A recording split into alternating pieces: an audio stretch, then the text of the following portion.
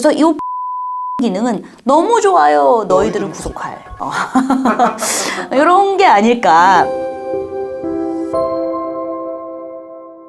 안녕하십니까? 오늘 주제는요, 넷플릭스가 최근에 발표한 광고형 요금제에 대한 이야기를 해보겠습니다. 넷플릭스 하면은 사실 우리가 영화와 드라마를 스트리밍으로 본다 하면은 뭐 거의 대표적인 기업이죠. 아마 우리 PD님 넷플릭스 당연히 구독. 몇 년째 안 끊고 쓰고 있죠, 당연히. 저도 그렇습니다. 이게 끊을래야 끊을 수가 없어요. 그런데 지난 10월 13일에 넷플릭스에서는 기자간담회를 통해서 11월 4일부터 드디어 광고형 요금제를 도입하겠다라고 밝혔습니다. 이 광고형 요금제는요, 일단은 뭐 한국, 독일, 미국을 비롯해서 12개국에 시범 테스트를 한 다음에 괜찮네 라고 하면은 전 세계에 적용을 할 예정이라고 하는데요. 광고형 요금제는 뭐냐면 원래는 광고 영상 없이 뭐 본다라고 하면은 영화, 드라마 그냥 쭉 봤거든요. 근데 이 광고형 요금제는 영상 앞과 중간 정도의 광고 보고 가는 겁니다. 그럼 뭐가 달라지냐? 이렇게 되면 싸진다.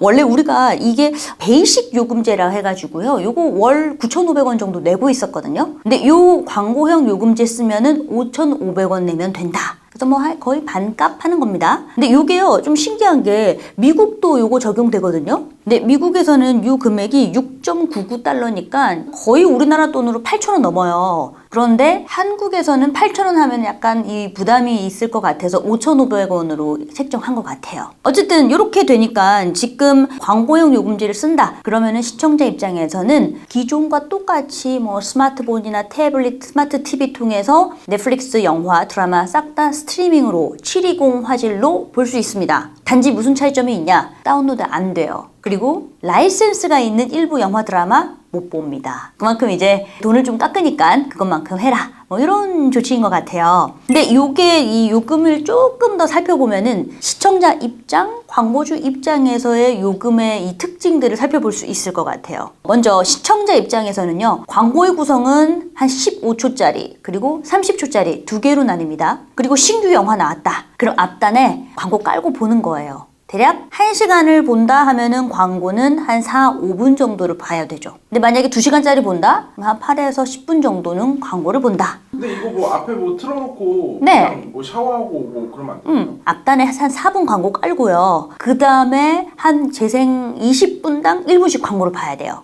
그러니까 보다가 광고 보고 오실게요. 60초 뒤에 시작합니다. 뭐 그런 거 있죠. 기존 케이블에서 했던 거. 뭐 이런 식으로 중간 광고가 삽입되는 형태입니다. 그래서 한참 범인이 누구야 할 때 60초 뒤에 다시 옵니다.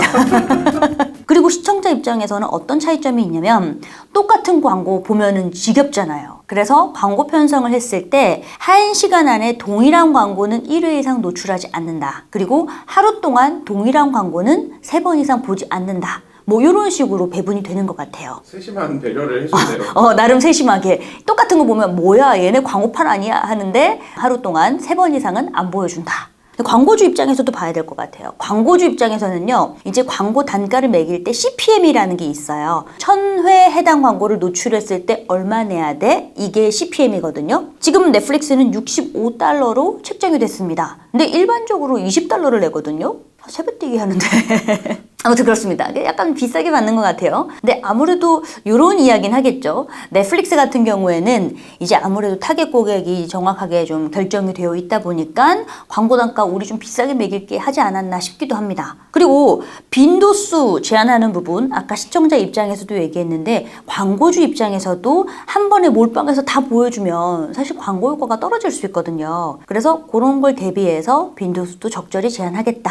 그리고 최근에 PPL도 하겠대요. 그래서 이제는 넷플릭스 영상에서 보는 게 이거 PPL 아니야? 라고 했던 게 진짜 PPL일 수 있습니다. 그래서 현재 현대자동차를 비롯해서 뭐 여러 기업들이 PPL 논의를 하고 있다고 합니다. 그래서 여기와 관련돼서 마케터의 시각에서 조금 정리해보자면 크게 한 3가지 정도로 이야기를 해볼 수 있습니다. 첫 번째, 넷플릭스가 왜 굳이 이 시점에 광고를 도입했냐라는 질문이 있겠는데요. 그 이유가 있습니다. 사실 광고를 도입한 게요, 전 세계적으로 넷플릭스가 그동안 가입자, 구독자 수 한 2억 명 넘게 모았거든요. 근데 정체기에 왔습니다. 구독자가 막 증가하지 않아요. 그리고 지난 2분기, 1분기에는 오히려 구독자 수가 꺾였어요. 그러니까 이거 이상 신호 아니야? 라고 해서 넷플릭스 주가요 올 초 대비해서 60% 가까이 떨어졌습니다.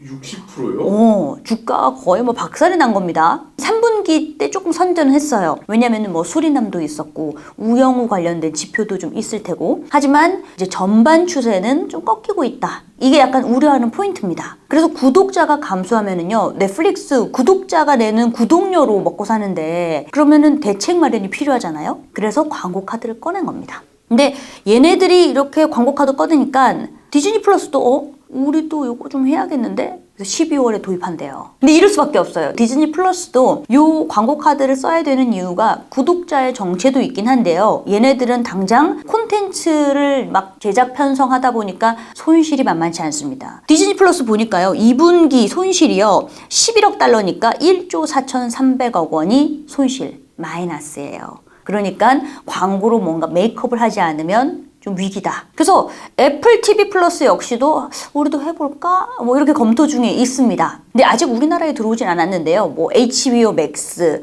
또는 훌루 이런 애들은 이미 광고 요금제가 도입이 돼서 쏠쏠한 재미를 보고 있단 말이죠. 그래서 넷플릭스나 디즈니 플러스 이런 대형 OTT 업체들도 우리도 수익성을 개선하겠다. 이런 움직임으로 광고용 요금제를 도입하는 것 같습니다. 그리고 한국 같은 경우에는 사실 전문가들은 이렇게 얘기하기도 해요. 한국의 경우에는 광고용 요금제가 과연 먹힐까 하는 부분에 있어서 기존의 통신사 결합 할인이나 이런 프로모션으로 인해서 이미 OTT 서비스에 대해서 좀 제휴 할인이나 공짜로 볼 수 있는 여러 길이 있다 보니까 이 영향이 그렇게 크지 않을 것이다 라는 시각도 있습니다. 좌우한 요게 만약에 성공적으로 안착한다? 그럼 다른 OTT 업체 광고용 요금제 출시할 겁니다. 네, 예상되는 뭐 그런 시나리오죠. 두 번째로는요, 사업 다각화 부분을 좀 이야기해 볼 수가 있습니다. 사실 넷플릭스가요, 작년 9월부터 게임 시작한 거 아시죠? 그래서 그 넷플릭스 모바일 탭 제가 캡처를 해왔는데, 요거 보시면요, 모바일 탭에 보시면은 게임 메뉴가 있거든요. 게임 작년 9월부터 시작했고, 지금 현재 기묘한 이야기가 인기를 끌다 보니까 요 IP를 활용해서 뭐 기묘한 이야기 1984, 기묘한 이야기 3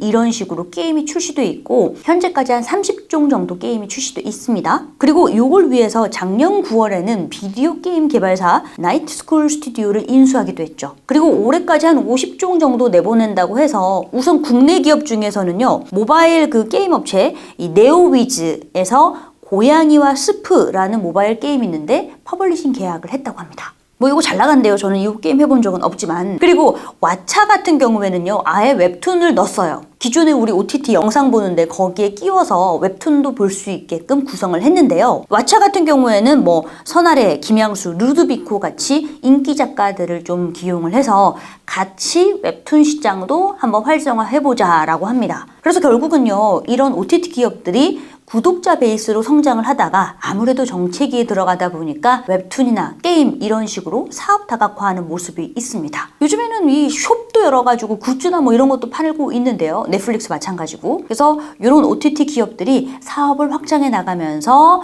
부족한 매출을 메우는 움직임이 관찰되고 있습니다. 마지막으로 살펴볼 부분은요, 이 프로필 전송 기능, 넷플릭스에서 새로 도입한 이 기능에 대해서 좀 살펴볼 만합니다. 이게 뭐냐면요, 계정을 함께 사용하는 사람들이 만약에 나만의 멤버십을 이용했다라고 할 때 이 프로필 전송 기능을 이용하면은 내가 그동안 봤던 거, 찜했던 거 그대로 쫙 이전이 돼서 내 맞춤 취향에 따라서 콘텐츠를 제공하겠다라고 해서 이 기능 너무 좋아요 라고 해서 오픈했단 말이죠. 그런데 약간 수상한 건 과연 이 기능이 정말 좋아요 해서 도입한 것일까? 그렇지는 않을 것입니다. 아무래도 지금 넷플릭스가 고민하는 건 구독자 수가 꺾이고 있는데 계정 공유를 단속하려는 움직임이 분명히 있을 거란 말이죠. 그래서 이 프로필 전송 기능은 너무 좋아요, 너희들은 구독할 이런 게 아닐까. 결국은 이겁니다. 가입자 수가 점점 줄어드는 부분에 대해서 메이크업 하려는 그런 움직임으로 인해서 프로필 전송 기능도 나왔다고 봐야 되는 거죠. 그래서 결론적으로 말씀드리면은 넷플릭스뿐만 아니라 국내외 OTT 기업들은 전 세계적으로 구독에 대한 피로감으로 인해서 점점 가입자 수가 떨어지고 있고, 이를 위해 사업 다각화 방법으로 새로운 돌파구를 찾고 있다든지, 그리고 계정 공유를 금지하면서 새로운 수익원을 찾으려는 움직임을 보이고 있다는 겁니다. 네, 이렇게 해서 오늘 준비한 콘텐츠는 여기까지고요. 오늘 콘텐츠가 마음에 드신다면 구독, 좋아요, 알림, 그리고 여러분들이 원하는 주제 댓글로 남겨주시면 다음 주제에 반영해 보도록 하겠습니다. 끝! 다음 시간에는요, 손정희 소프트뱅크 회장이 이끄는 비전 펀드 어마어마한 손실을 냈거든요. 현재 세계의 사모펀드 시장 이상 없는지 알아보겠습니다.